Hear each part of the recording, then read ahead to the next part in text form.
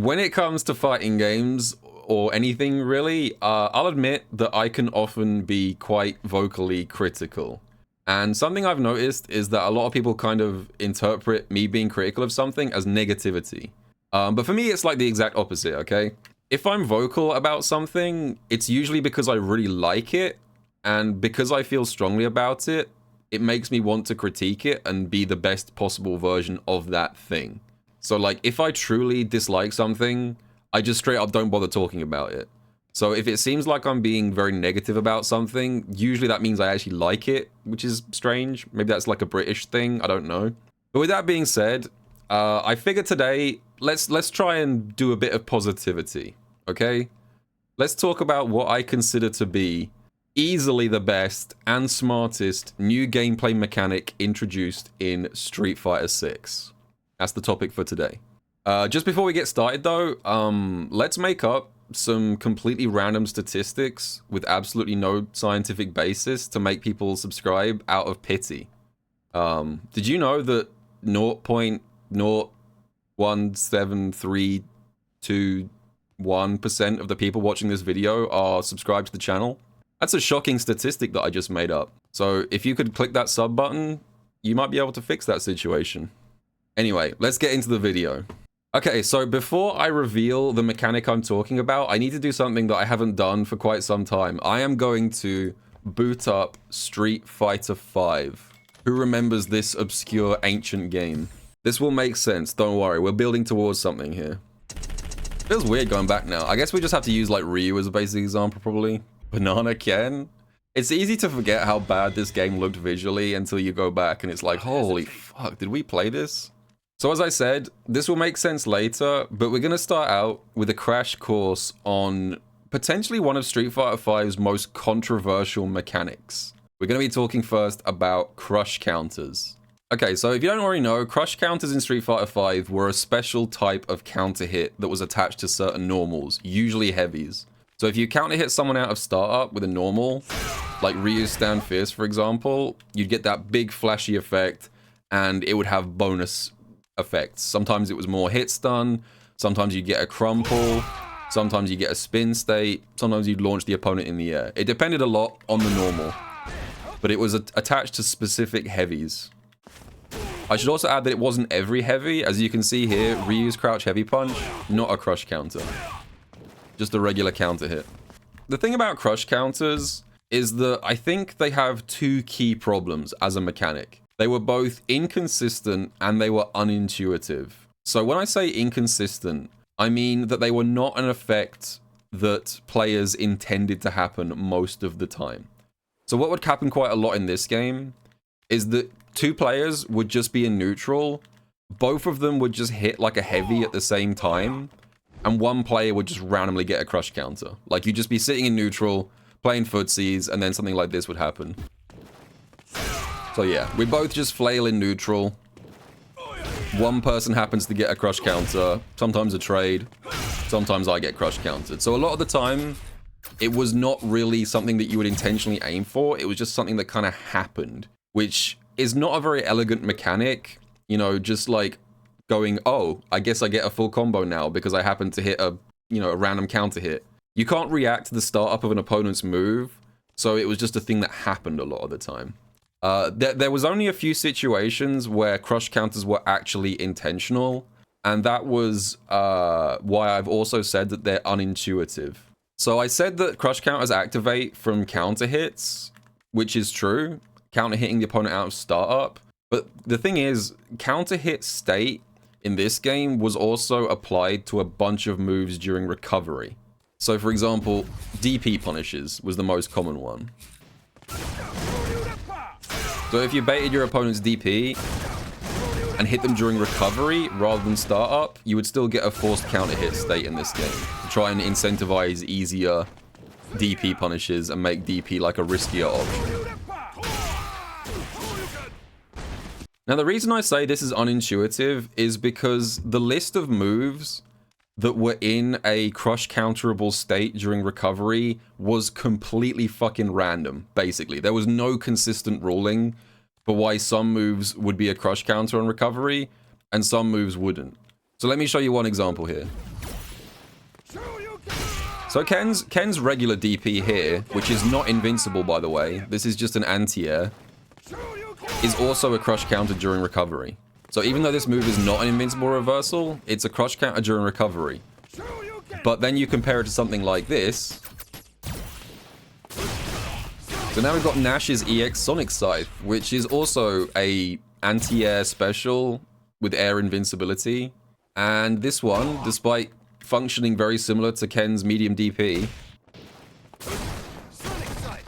this thing is not in counter hit state during recovery, even though functionally it operates the same as, you know, a Ken meterless DP. So here's another weird example. Rose's EX Drill, which as you can see here, completely strike invincible. It's basically her, like, equivalent of, like, a wake-up DP. This thing also, not a crush counter during recovery, just a regular hit. So one of the big problems with crush counters, as well as not really being a thing that you intend to happen a lot of the time, like I said, is that the rules for, like, what is and isn't a crush counter were arbitrary and not intuitive for beginners. Like, if you're a complete beginner to this game, you basically just have to sit down and learn a list of all the moves which you can crush counter on recovery, which was very poor design. So this mechanic was very controversial all throughout Street Fighter V's life. Like, even today, when you ask people about this game, a lot of people will point to crush counters as one of its big flaws, like crush counter Fighter 5. For me personally, I think crush counters were dumb, very dumb, in the early seasons, like in season 1 and 2. But I do think they were definitely toned down a lot towards the end. Like, I don't consider them to be like a problem with the game in the later seasons, but I understand that they're a very mixed bag, and I understand why people think that. So, why have I spent the last God knows how many minutes yapping about crush counters in Street Fighter 5? Well, you might have already guessed where I'm going with this. I fucking love punish counters in Street Fighter 6. Right, so having explained the basics of how crush counters work, I'm also going to give you guys just a very quick rundown of how punish counters work. Punish counter is a lot simpler to explain because it's a better mechanic, it's more elegant, it's a better solution. So, what Capcom have done is this. If you hit any move in the entire game during its recovery, you get a punish counter. Whether it's a normal or a special or a throw or whatever. If you are in the recovery phase, you will be punish countered if you get hit during that phase by anything. So, there. If I hit Terry during his recovery, I get a punish counter. And what does that punish counter do? It will give any single normal or special 4 extra frames of advantage. So for example, Ryu's stand medium kick is normally +4 on hit. If I punish counter with it, +8. You always get +4. With a couple of exceptions. Before people hit me with the actually, yes, I do know there's still a few exceptions because there's crush counter-esque normals in this game still. So like, some heavies still have special effects on punish counter. But for the vast majority of cases, all you have to worry about is +4. That's it. That's all a punish counter is. So punish counters are so good because they take the concept of crush counters and refine it. And they simplify it in a way that kind of makes me think, why did no one think of this before? It's such a simple solution. Like, I bet someone at Capcom HQ one day was just like, hey, wait a second. What if instead of rewarding players for hitting a move during startup, we reward them even more for hitting a move during recovery? And whoever that person was at Capcom deserves a massive raise. What makes them so great is that they solve both of the issues brought about by crush counters. So number one, as I said, one of the issues with crush counters is that a lot of the time you'd hit them by accident. You would just be swinging a heavy in neutral and you would accidentally get a counter hit because your opponent pressed a button and you weren't really meaning to do it.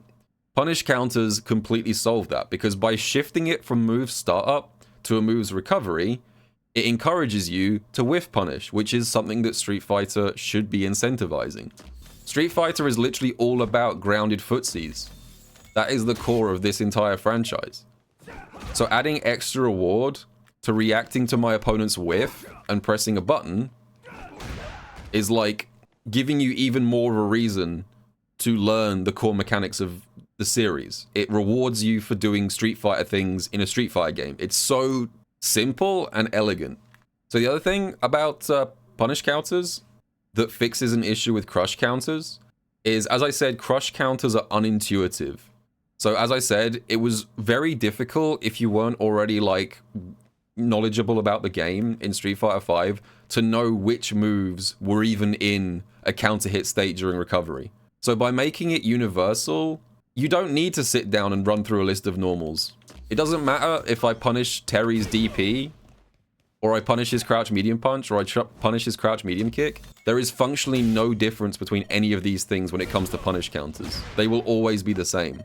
So like when it comes to explaining these to a beginner, that's so much easier. Like if you sit down with a beginner and try and explain crush counters to them, you will sound like a lunatic because there's so many like weird exceptions to the rule you have to explain.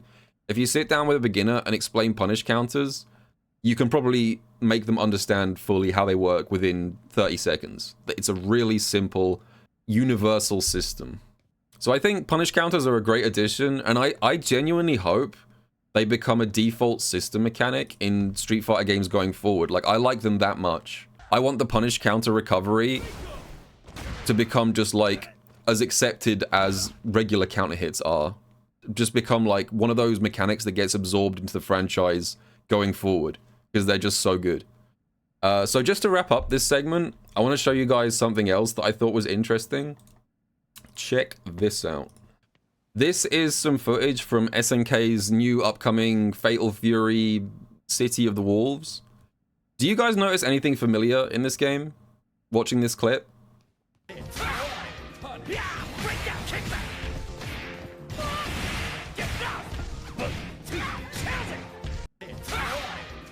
They stole Terry from SF6, correct. This is the first Street Fighter crossover character, Terry Bogard. So this game has basically got punish counters. They've called it something different here. They've called it Wild Punish, I guess to avoid the wrath of the Capcom legal department. But functionally, they've basically just one-to-one added punish counters to this game. So if you hit a move during recovery, you get bonus frame advantage and even enough time to run up and press a button and still be a combo. So I think this demonstrates just what a good feature punish counters are, because it looks like they're going to be the kind of thing that becomes absorbed into the whole genre of 2D fighting games. I can see a lot of future games adding some kind of punish counter-esque mechanic based on this alone. Anyway, that's just what I think. I'm a big fan of punish counters for all of my criticisms of Street Fighter 6. Let me know what you guys think. Do you like punish counters? Do you want them to return in future games? Let me know in the comments, and I will see you guys all in the next video.